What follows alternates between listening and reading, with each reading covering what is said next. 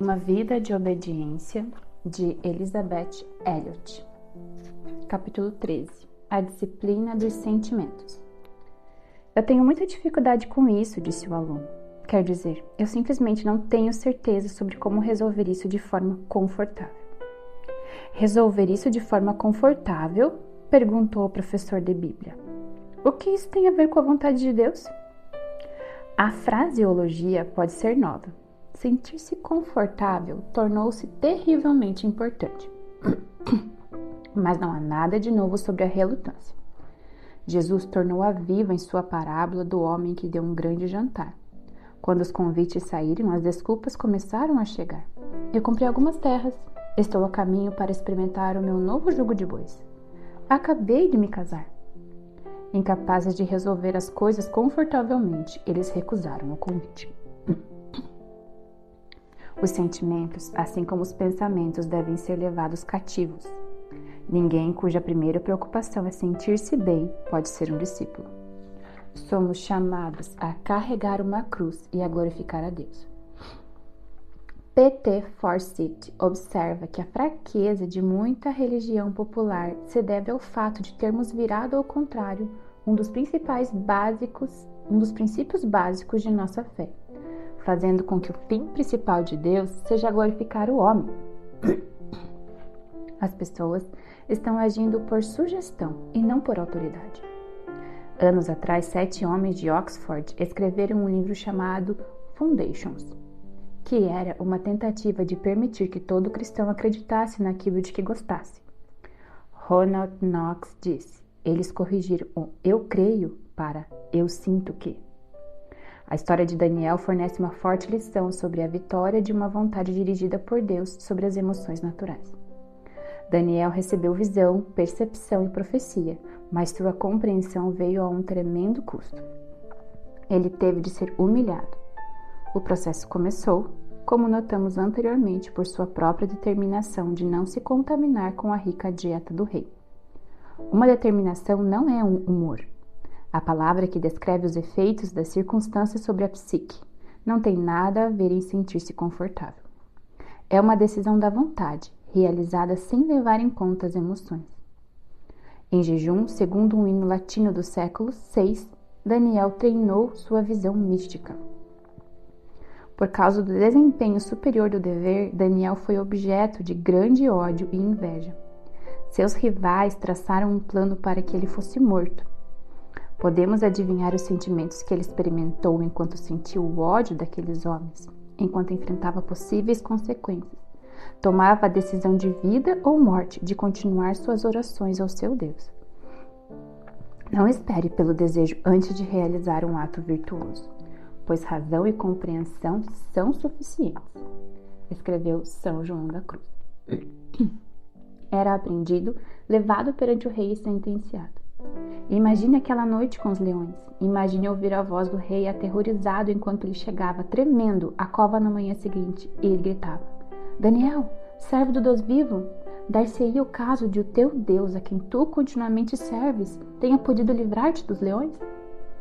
Assim foi tirado Daniel da cova e nenhum dano se achou nele, porque crera no seu Deus. Daniel 6, 20 e 23. Daniel pagou um alto preço pelas revelações divinas que lhe foram dadas.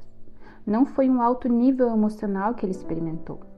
Na verdade, ele escreveu que o espírito dentro de si estava alarmado e perturbado pela visão. Os meus pensamentos muito me perturbam e o meu rosto se empalideceu. Havendo eu, Daniel, tido a visão, procurei entendê-la. Fiquei amedrontado, enfraqueci e estive enfermo alguns dias. Então me levantei e tratei dos negócios do rei. Daniel 7, 15, 28, 8, 15, 17 e 27. Alma perturbada, tu não és obrigada a sentir, mas é obrigada a se levantar, escreveu George MacDonald. O relato prossegue. Quando uma profecia a respeito dos reis da Pérsia foi dada a ele, custou-lhe muito trabalho entender a visão. Fiquei, pois, eu só, e não restou força em mim. O meu rosto mudou de cor e se desfigurou, e não tive força alguma. Caí sem sentidos, rosto em terra. Eis que certa mão me tocou, sacudiu-me e me pôs sobre os meus joelhos e as palmas das minhas mãos. Ele me disse: Daniel, homem muito amado, estás atento às palavras que te vou dizer. Levanta-te sobre os pés, porque eis que te sou enviado. Eu me pus em pé tremendo, dirigi o olhar para a terra e calei. Daniel 10, 1. 8, de 12 a 15. Daniel abriu a boca para falar, mas a força lhe faltou. Não ficou nenhum fôlego dentro dele. Não tenha medo, homem muito amado, tudo ficará bem com você. Ser forte, foi a palavra do anjo para ele. Existe um quadro mais vívido e poderoso em toda a escritura de um homem completamente humano, atormentado por paixões e medos. Um homem de emoções profundas e perturbadoras que ainda se apegou fielmente ao seu Deus e agiu por ele apesar da inclinação natural? Somente a imagem do próprio Cristo, o servo perfeito, supera a de Daniel. Está claro na história de Daniel que a compreensão não é barata e que as respostas à oração devem ser processadas muitas vezes durante um longo período de tempo, exigindo uma resistência firme. Vale a pena parar um momento para refletir sobre o que o anjo disse. Não foi, eu sei como você se sente. Ou, você realmente teve uma vida dura, meu velho. Mas não tenha medo, seja forte. O anjo o lembrou de duas coisas que são verdadeiras para o resto de nós. Ele era muito amado e tudo ficaria bem. Da próxima vez que nossos sentimentos parecerem estar prestes a nos afogar, podemos pensar nessas coisas e ser fortes. Minha amiga Catherine Morgan, de Pasto, Colômbia, escreveu: Quando se pensa e usa o braço da fé para apoiar o próprio pensamento, então as obras de fé são produzidas. Concordo com você que os sentimentos não são confiáveis. O pensamento humano também não é digno de confiança, mas a fé, que nos faz pensar em direção ao céu, é produtiva. Assim como a experiência de Ezequiel, quando Deus lhe disse que sua esposa iria morrer. Ele fez o que lhe foi ordenado. Eu acho que você e eu tivemos essa experiência. Nossos sentimentos eram propícios à dúvida quanto às razões pelas quais nossos maridos foram levados. Mas sabíamos por dentro que tínhamos que fazer o que o Senhor nos ordenara. Em minha opinião, não havia nenhuma virtude particular no que fizemos. Tínhamos recebido nossas ordens e tínhamos que nos agarrar a elas e levar nossos sentimentos no bolso. Muitas vezes, meus sentimentos teriam me levado a jogar a toalha aqui, em Pasto. Eu sentia que as pessoas não eram responsivas e estavam desinteressadas e que o esforço era infrutífero. Eu senti tudo, menos o desejo de ficar aqui e trabalhar. No entanto, o plano de Deus tem que ser realizado. Essa é uma lição difícil de aprender e muitas vezes leva uma vida inteira. Mas é preciso ter a convicção de que Deus falou e depois é preciso se ocupar e executar o comando. Eu vi como Catherine fez isso. Sua casa é um refúgio para uma surpreendente variedade de pessoas. Nunca há um momento em que ela não esteja dando abrigo, ajuda, comida, cuidados, conselhos, atenção, dinheiro, roupas e o que mais for necessário para doentes, loucos, pobres e até mesmo criminosos. Eles percorrem um caminho batido até a porta dela. Todos em Pasto conhecem a Senhora Catalina. Todos que não sabem para onde mais recorrer, recorrem a ela.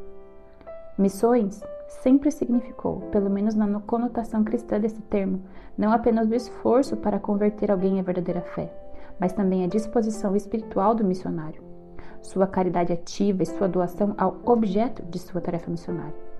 De São Paulo a São Nicolau do Japão, não houve missão sem autoidentificação do missionário com aqueles a quem Deus os enviou, sem sacrifício de seus apegos pessoais e de seus valores naturais.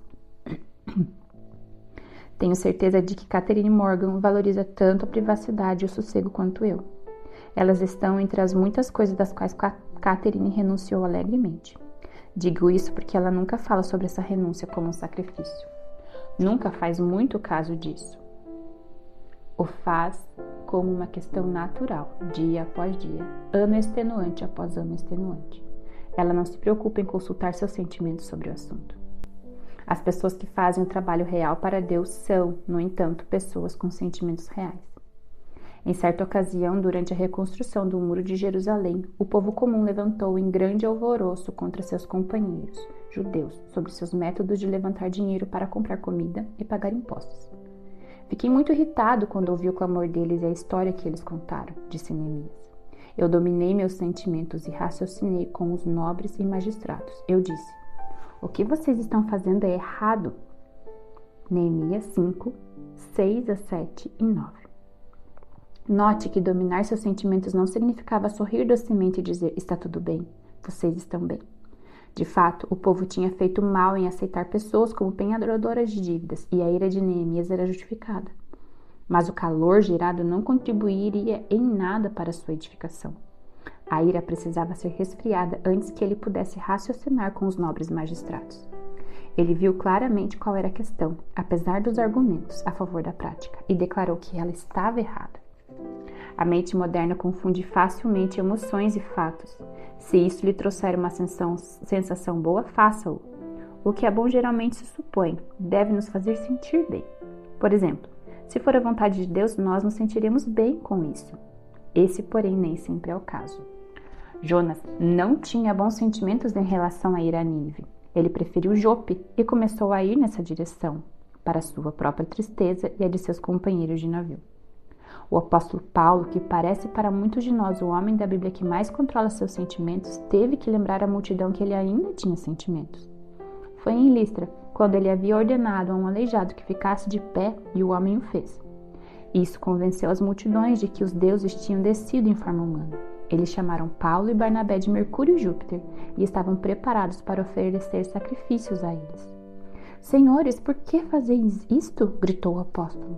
Nós também somos homens como vós, sujeitos aos mesmos sentimentos. Atos 14:15. Elias era um homem com sentimentos, assim como todos nós. Mas quando ele orou sinceramente para que não chovesse, não choveu sobre a terra durante 3 anos e meio. Não há nada na Bíblia que sugira que as pessoas verdadeiramente santas são aquelas sem sentimentos. O contrário é verdadeiro. Jesus era plenamente homem e totalmente sujeito às tentações humanas. Ele mostrou sentimentos profundos e ternos, tomando bebês em seus braços, chorando por Jerusalém e por seu amigo Lázaro. Ira poderosa, quando virou as mesas dos cambistas de cabeça para baixo e os expulsou do templo com um chicote. E antes de seu verdadeiro sofrimento físico, no momento da crucificação, ele estava em angústia de alma, tanto na mesa da ceia quanto mais tarde no Getsemane. No entanto, ele seguiu a rota. Seu rosto estava como uma dura rocha. Isaías 57. Para fazer a vontade de seu Pai, e nenhum sentimento humano, por mais esmagador que tenha sido, o dissuadiu. Thomas Merton escreveu que em Jesus vemos uma suprema harmonia entre os sentimentos humanos bem ordenados e as exigências de uma natureza e personalidade divinas. Devemos ser meras vítimas de nossos sentimentos, como barcos à deriva sem vela, sem leme ou âncora? Será que realmente estamos à mercê deles? Se nos sentimos bem, nós o fazemos. Se não, nós não o fazemos. É assim que o discípulo está destinado a viver? Isso é disciplina? A carta de Judas fala de pessoas que vivem de acordo com seus sentimentos. Judas encoraja os verdadeiros cristãos a lutarem de verdade contra essas pessoas, as quais entraram furtivamente na igreja. Representam homens ímpios que transformam em libertinagem a graça do nosso Deus e negam o nosso único soberano e Senhor Jesus Cristo. Judas 4.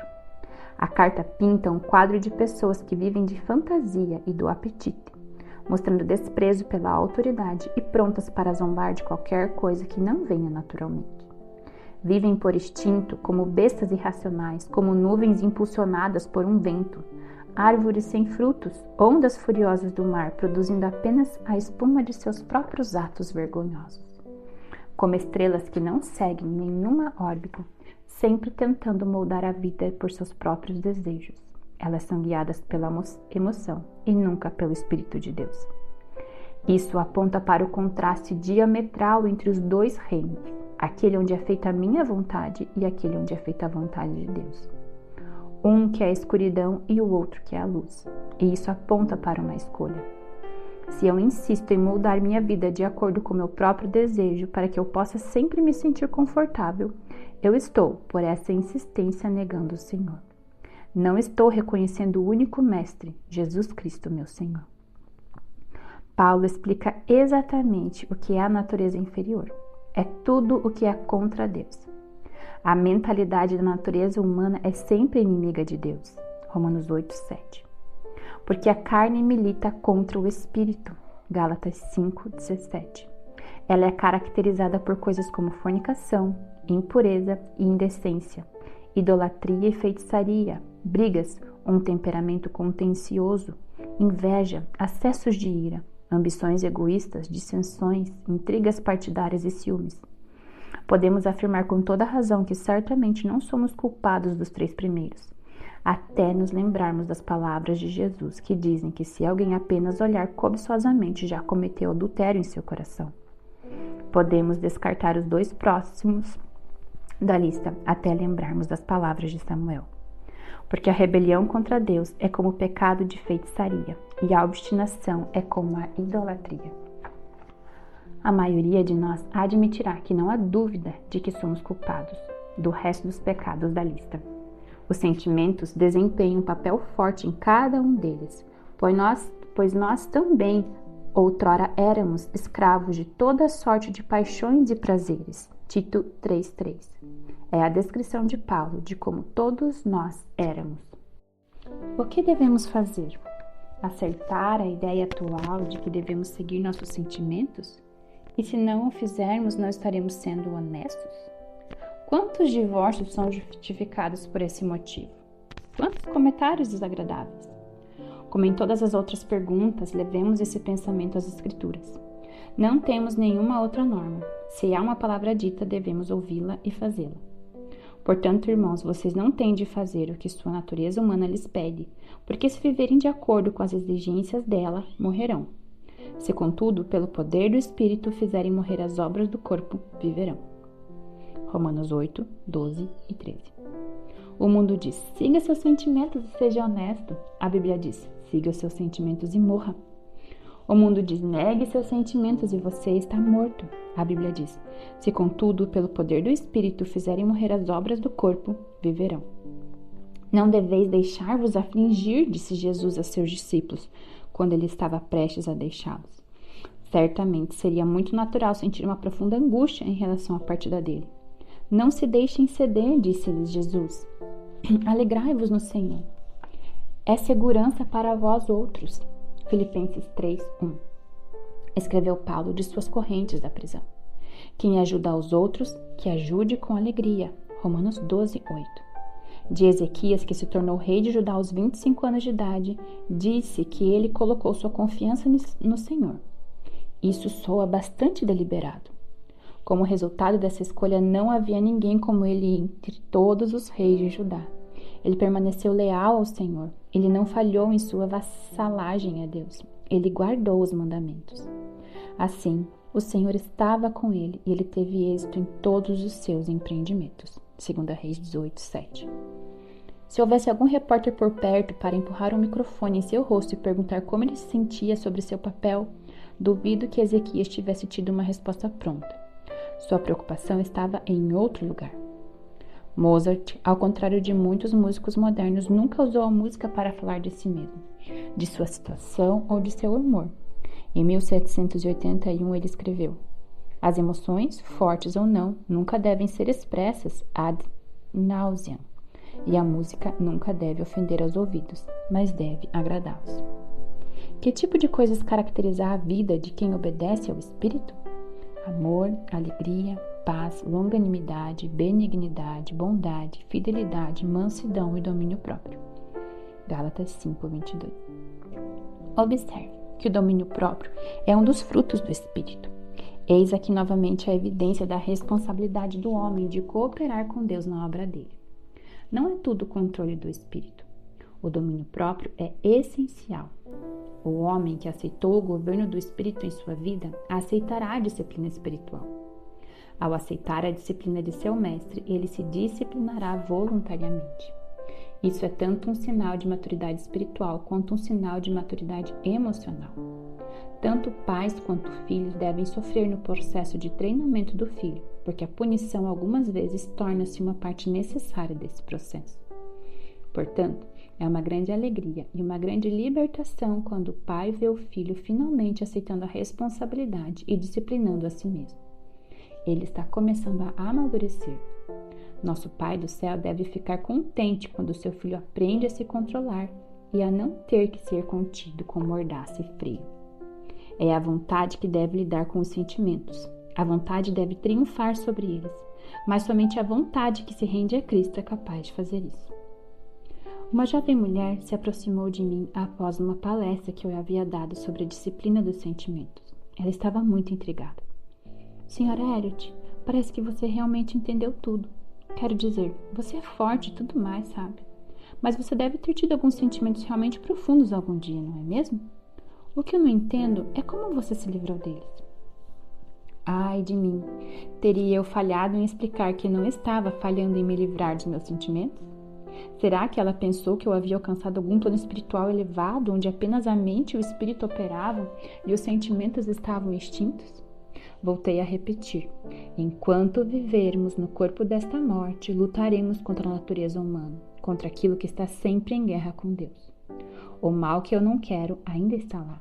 Os sentimentos são fortes, sejam eles bons ou maus.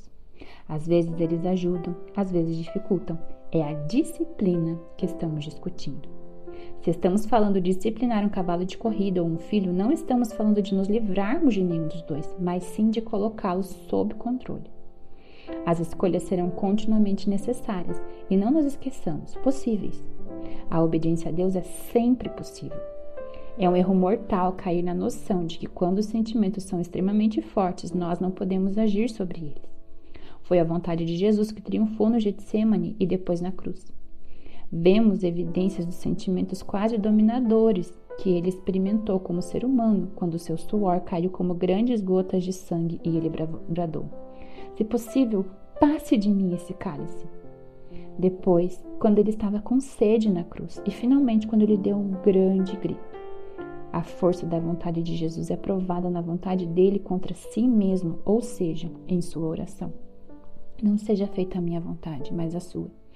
Havia uma tremenda batalha sendo travada entre sua resposta humana natural ao que estava acontecendo e seu desejo absoluto de fazer a vontade do Pai.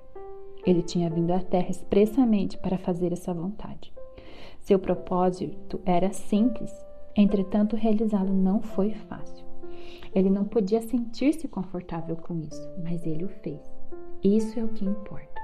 Ele fez, ele foi entregue por causa das nossas transgressões. Romanos 4:25. É uma grande tentação olhar para experiências espirituais especiais como um teste de santidade. Sentir-se levado pelo Espírito, exibir certas manifestações incomuns ou ficar entusiasmado com a súbita exaltação na oração ou o sucesso de algum esforço particular feito para Deus. São muitas vezes tomados como prova positiva de que estamos finalmente na perspectiva correta.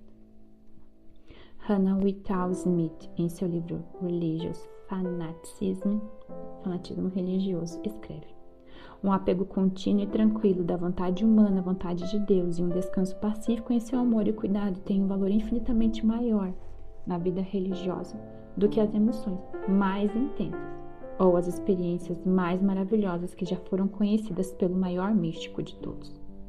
Aqueles que insistem em tais sinais invariavelmente dividem comunidades e chamam a atenção para si mesmos, não para Cristo.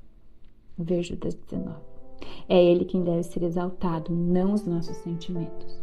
Nós o conheceremos pela obediência e não pelas emoções. Nosso amor será demonstrado pela obediência e não pelo quanto nos sentimos bem sobre Deus em um dado momento. E o amor é este, que andemos segundo os seus mandamentos. 2 João 6. Você me ama? Jesus perguntou a Pedro. Apacente os meus cordeiros. Ele não perguntou o que você sente por mim, pois o amor não é um sentimento. Ele estava pedindo ação. Temos a opção dia após dia de escolher o bem e recusar o mal. Os sentimentos em geral não nos ajudarão muito, embora o impulso não seja invariavelmente mau. A escolha, na maioria das vezes, será entre o princípio e o impulso. O que eu deveria fazer e o que eu sinto vontade de fazer raramente são a mesma coisa. Porque não faço o bem que eu quero, mas o mal que não quero, esse faço. Romanos 7:19. Escreveu Paulo. Essa é uma descrição desarmadoramente precisa do que cada cristão experimenta. Paulo não ficou satisfeito com isso, mas foi honesto acerca do assunto, honesto o suficiente para registrá-lo em uma carta. Enquanto estivermos nessa espiral mortal, experimentaremos o fracasso, faremos escolhas erradas, mas o mandamento permanece. Sede santos. Sejamos honestos em reconhecer os sentimentos e honestos o suficiente para rejeitá-los quando eles estiverem errados.